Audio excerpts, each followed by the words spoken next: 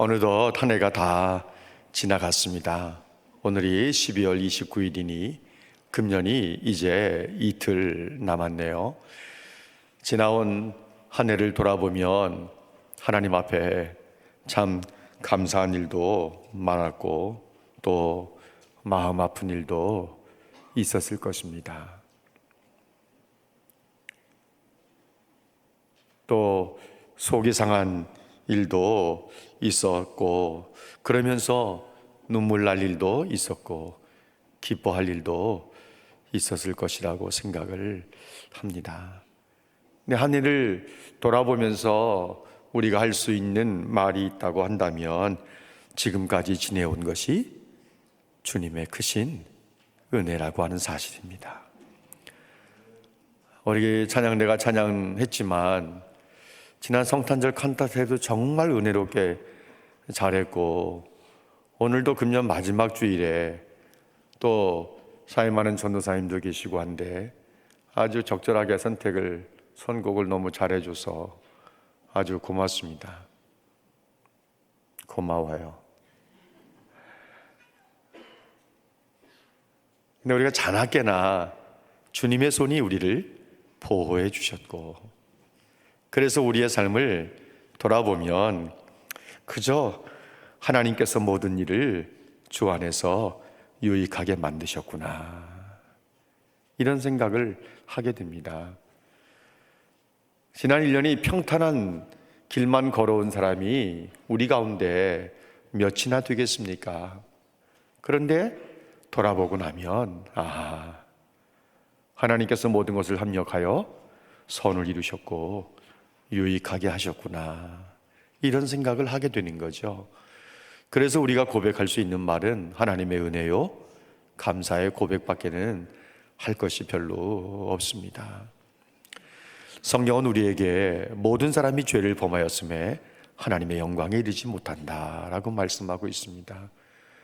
예레미야에 있는 말씀대로 한다면 만물보다 힘이 거짓되고 부패한 것이 인간의 마음인데 누가 이를 알겠느냐.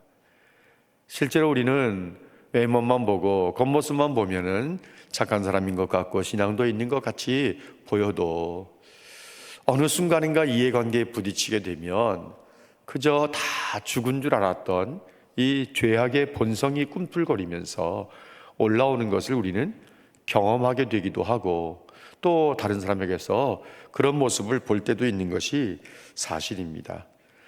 우리가 이스라엘의 왕사를 보면 이스라엘 왕들의 역사를 보면 그것을 볼 수 있어요. 북이스라엘의 초대 왕인 여로보암이 아히야 선지자에게 그가 찢은 12조각의 옷 가운데 10조각을 받아들었을 때 그가 조금만 생각을 했더라면 하나님께서 자기를 북이스라엘의 왕으로 세우신 목적이 무엇인가를 조금만 고민했다면 그렇게까지 막 나가진 않았을 것입니다. 북이스라엘 백성들 가운데 신앙이 있는 사람들이 나무로 내려가며 성전을 찾고 하나님을 찾으니까 결국 여로보암이 금송아지 우상을 만들어 놓고 이것이 너희를 애굽에서 인도해낸 너희 신이라고 하면서 북이스라엘 백성들로 하여금 우상 숭배하도록 만들면서 이스라엘 백성들이 죄를 범하게 만들고 하나님의 진노를 쌓아가지 않았습니까? 그런데 우리가 아는 것처럼 그 아들 나답도 그랬고 바하사가 나답을 죽이고 이스라엘의 두 번째 왕조를 이루는데 바하사도 역시 똑같았고 그 아들 엘라도 똑같았고 엘라를 죽이고 왕의 자리에 7일 동안 올랐던 시므리도 똑같았고 결국 시므리가 왕궁에 불을 나게 하고 자살을 선택한 이후에 오므리가 왕이 되는데 오므리 역시 여로보암의 길을 걸어갔고 그 아들 아합도 여로보암의 길을 걸어갔는데 아합은 그 이전에 어느 사람보다도 더욱 악하게 행한 그런 사람입니다. 아니 여로보암의 죄에 대해서 하나님께서 물으시고 그 집을 그렇게 하나님께서 심판하셨는데도 이상하게 그 뒤에 이스라엘의 왕이 되는 왕들은 여로보암의 길을 가는 거예요.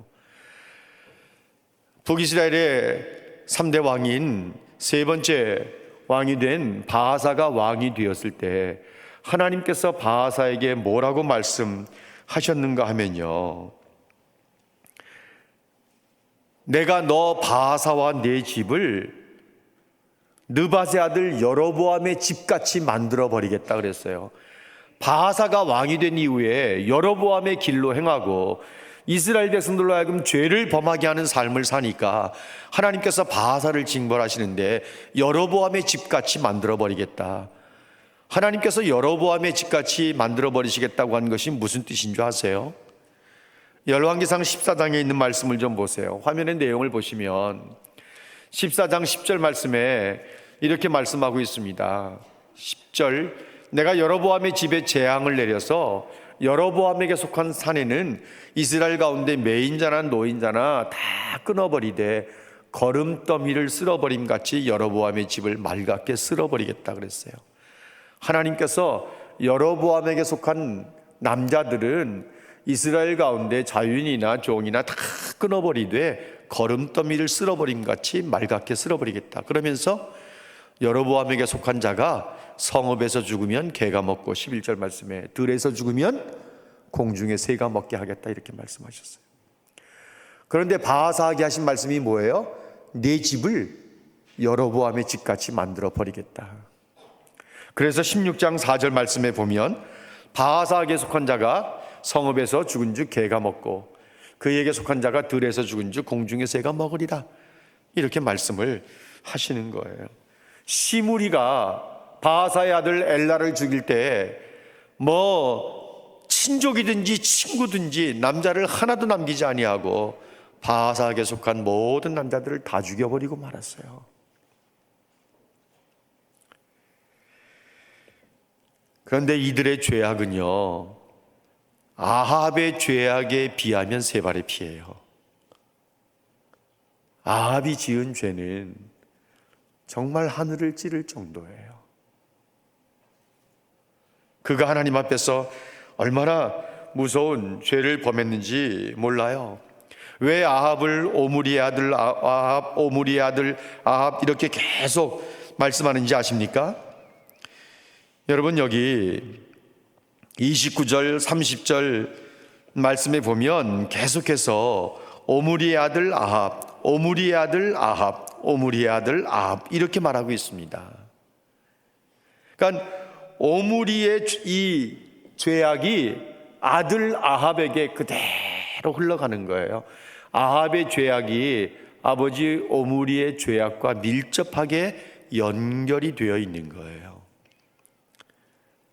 그런데 더 무시무시한 것은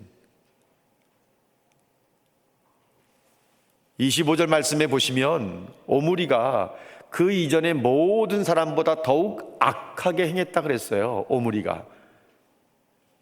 그런데 아합에 대해서 말씀하고 있는 여기 30절에 있는 말씀을 보시면 오므리의 아들 아합은 그의 이전의 모든 사람보다 여호와 보시기에 악을 더욱 행했다 그랬어요.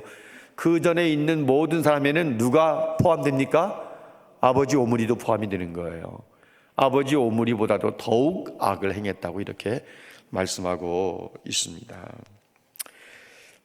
아합은요, 여로보암의 죄를 따라 행하는 것을 가볍게 여길 정도였어요.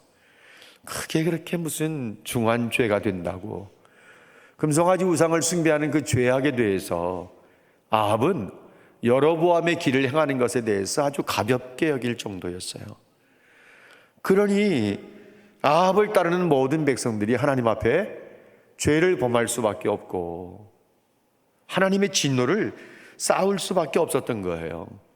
아합이 여로보암이 우상 숭배한 것을 가볍게 여겼던 것은 아합이 하나님의 말씀을 마음에 두지 않은 거예요. 하나님을 경외하는 마음도 없었고요, 하나님의 말씀을 마음에 둔 일도 없었고요. 그가 이전에 모든 사람보다 더 악을 행했다고 했으니 그 아버지 오므리가 행한 악도 그 이전에 모든 사람보다 더욱 악을 행했다고 했는데 아합 때에 와서 그 이전에 모든 사람보다 더욱 악을 행했다고 했으니 아버지를 포함해서 이전의 모든 왕들이 행한 악보다 아합이 더 많은 죄악을 범한 것입니다. 그것뿐만이 아니에요. 아합은요, 시돈 왕 엣바알의 딸 이세벨을 아내로 맞아들였어요. 이세벨은요, 바알과 아세라 신을 섬기는 아주 열성분자였어요. 엣바알이 바알을 섬기는 제사장이었어요. 그런데 바알의 제사장의 딸을 아내로 맞아들였으니 아합의 삶이 바른 길을 갈 수가 없는 거죠. 애초에 하나님을 섬길 마음도 없었고 하나님의 말씀을 마음에 두고 싶은 마음도 없었던 거예요.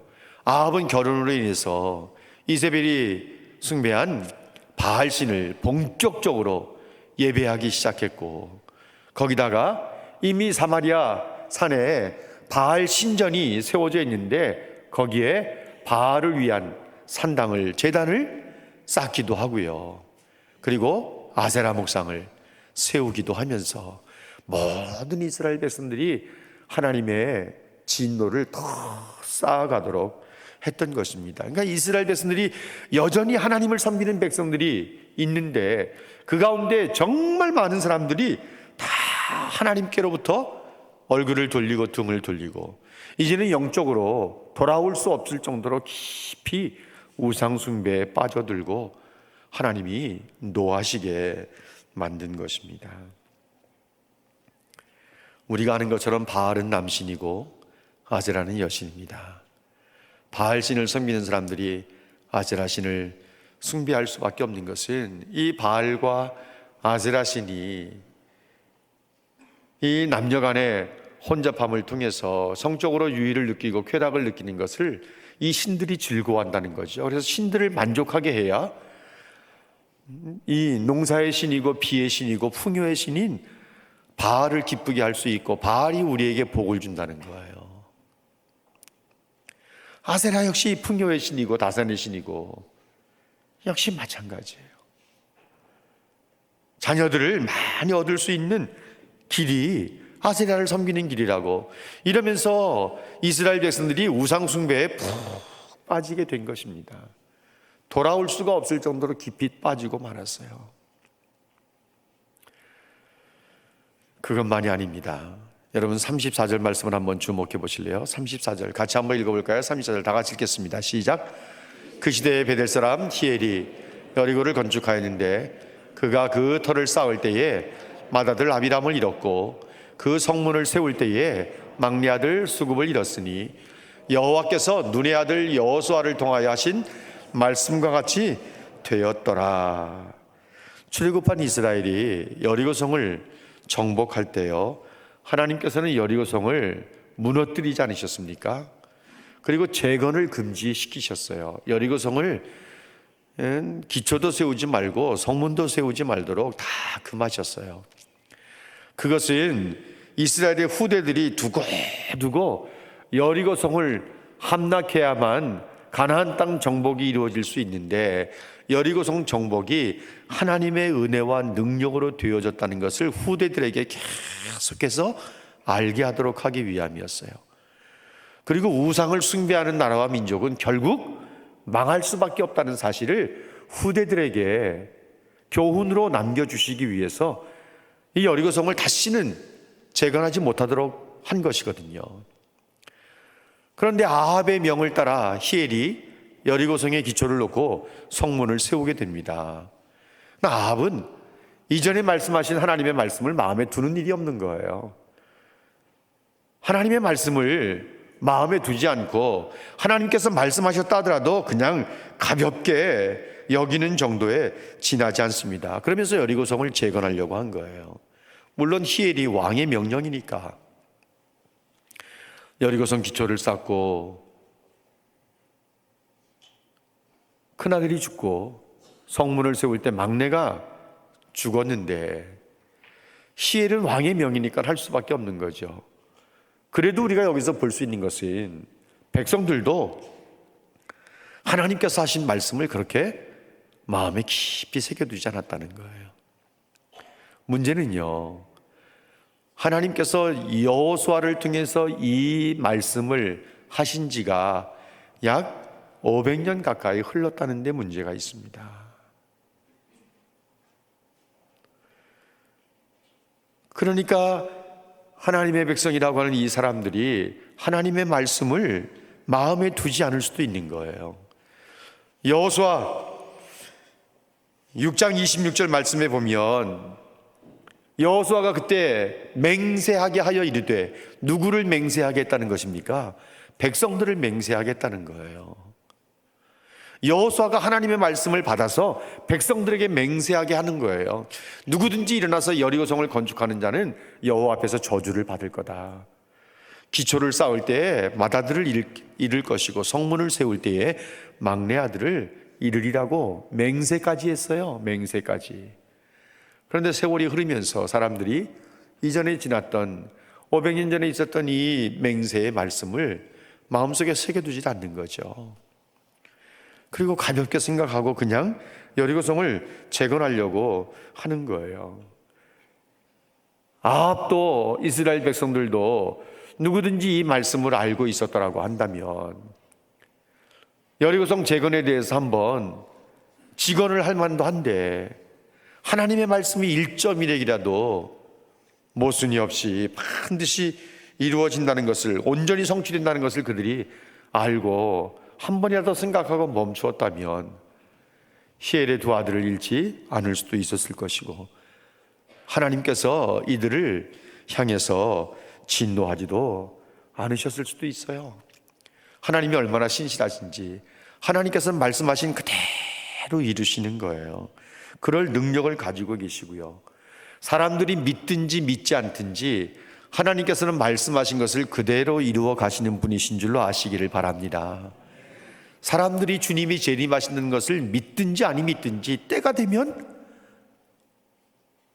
만왕의 왕이신 예수께서 이 땅에 재림하시게 될 것이고, 새로운 역사가 쓰여지게 될 것이거든요.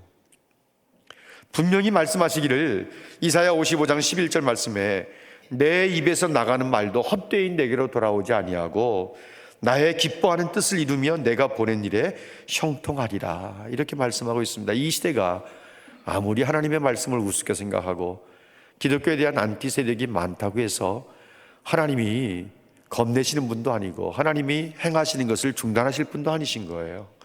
그분께서 말씀하신 것을 반드시 이루실 분이에요. 반드시 이루실 분이에요. 그래서 예수님 생전에 지구의 마지막에 있을, 이 지구촌에서 마지막에 되어질 일을 말씀하실 때 마태복음 24장 말씀에 뭐라고 말씀하셨습니까? 35절에 천지는 없어질지언정 내 말은 없어지지 아니할 것이라고 분명하게 말씀을 하셨습니다. 이사야 14장 24절 말씀에 하나님께서 맹세하시면서 말씀하신 것이 있는데, 내가 생각한 것이 반드시 되며 내가 경영한 것을 반드시 이루겠다고 말씀하셨어요. 하나님께서 말씀하신 것이 반드시 될 줄로 믿습니다. 여러분, 2000년 전에 말씀하셨던, 아브라함에게 말씀하셨던 그 약속의 말씀이 오늘 우리들에게도 그 말씀을 읽을 때 마태복음 12장 1절로 4절까지 있는 말씀이 우리를 복이 되게 하신다고 하시는 이 말씀이 그대로 이루어지게 되는 것이고, 다윗에게 약속하셨던 그 언약이 우리들에게 그대로 이루어지게 되는 것이고, 비록 하나님께서 다윗이 성전을 건축하겠다고 하는 그 말을 허락은 안 하셨지만 다윗이 품었던 하나님을 향한 그 선한 생각을 그대로 받으셔서 그 가문을 복되게 하신 것 우리가 알고 있지 않습니까? 우리는 성경 속에서 이루어졌던 그것이 우리에게 3000년 전의 사건이든 4000년 전의 사건이든, 아니면 하나님께서 창세하실 때에 이 세상을 만드실 때에 약속하셨던 약속의 말씀이든, 그 말씀은 우주 공간을 떠돌아다니는 게 아니에요. 반드시 이루어지는 거예요. 반드시 이루어지는 거예요. 히엘이 맏아들 잃고 막내 아들 잃은 것으로 끝납니까? 아합이 계속해서 하나님 앞에 범죄하고 우상을 숭배하고 하나님 말씀을 마음에 두지도 않고 하나님의 진노를 쌓아가고 바알신을 섬기는 제사장의 딸 이세벨을 아내로 맞아들여서 바알신을 숭배하고 제단을 만들고 아세라상을 만들어서 이스라엘 백성들이 전적으로 우상을 숭배하게 만든 것에 대해서 하나님께서 보고만 계셨습니까? 3년 반 동안 북이스라엘 땅에 기근이 찾아왔습니다. 이슬도 비도 내리지 않는, 그것이 17장 1절 말씀이에요. 이 말씀은 우리가 계속해서 이제 살펴보게 될 것입니다. 사랑하는 여러분, 우리가 힘들고 어렵고 눈물이 나고 마음에 정말 속이 상하는 일이 있을 때 우리는 하나님께 더욱더 가까이 가야 될 줄로 믿습니다. 왜냐하면 우리를 만지실 분은 하나님뿐이시고, 우리를 위로하실 분도 하나님뿐이시고, 우리를 치료하실 분도 하나님뿐이시기 때문에 그렇습니다. 하나님께 더욱더 가까이 가셔야 돼요. 결국은 하나님만이 살 길이에요. 하나님만이 살 길이에요. 하나님께 긍휼이 있습니다. 자비가 있습니다. 위로가 있습니다. 치유가 있습니다. 회복이 있습니다. 정말 하나님의 은혜가 살아있지 않습니까? 우리의 필요를 공급하시는 그것도 은혜고, 우리를 붙잡고 인도하시는 것도 하나님의 은혜고, 우리가 그만한 자격이나 조건이나 가치가 있기 때문에 하나님께서 우리에게 은혜를 주시는 것이 아니라 우리를 불쌍히 여기셔서 우리에게 자비를 베푸시기 때문에 우리를 긍휼히 여기시고 은혜를 베풀어 주시는 줄로 믿습니다. 아합은 하나님의 마음을 아프게 하는 사람입니다. 백성들을 하나님의 진노와 심판의 자리로 이끌어간 사람입니다. 아합은 자신의 바른 정치를 통해서 하나님의 복을 받게 만들어야 되는데 오히려 백성들을 하나님의 심판의 한가운데 몰아넣었습니다. 그래서 말로 다 할 수 없는 기근을 겪게 되는 것이죠. 여러분 한번 생각해 보십시오. 우리들은 분명히 하나님께서 우리를 축복의 통로로 세우셨습니다. 우리를 은혜의 통로가 되게 하셨습니다. 지난 1년 동안의 삶을 돌아보시면 여러분들은 은혜의 통로로 살아오신 것 같습니까? 아니, 우리 모두는 축복의 통로로 살아오신 것 같습니까? 우리는 끊임없이 하나님께서 우리에게 허락하신 남은 생애 동안 은혜의 통로로 살아야 되고 축복의 통로로 살아가야 될 줄로 믿습니다. 나 때문에 내가 있는 공동체의 분위기도 달라져야 되고 화기애애한 모습도 있어야 되고 정말 기쁨도 있어야 되지 않겠습니까? 오늘 우리는 한 해의 마지막 주일 예배를 드리면서 다시 한번 신앙의 결단, 삶의 결단이 이루어지는 시간이 되면 참 좋겠습니다. 주님 다시 오실 때까지 우리가 걸어가야 할 길은 이미 정해져 있답니다. 그렇지 않습니까? 주님 다시 오실 때까지 우리가 가야 할 길은 이미 정해져 있어요. 우리가 갈 길은 좁은 문, 좁은 길인데 그 길 끝에서 영광 중에 우리 주님께서 우리를 맞아주실 줄로 믿습니다. 우리는 끝까지 은혜의 통로로, 축복의 통로로 악은 모든 모양이라도 버리고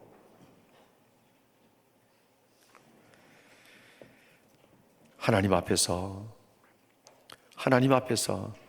다시 말씀드립니다. 은혜의 통로로, 축복의 통로로 남은 생애를 살아가는 하나님의 백성들이 되시기를 주님의 이름으로 축복합니다.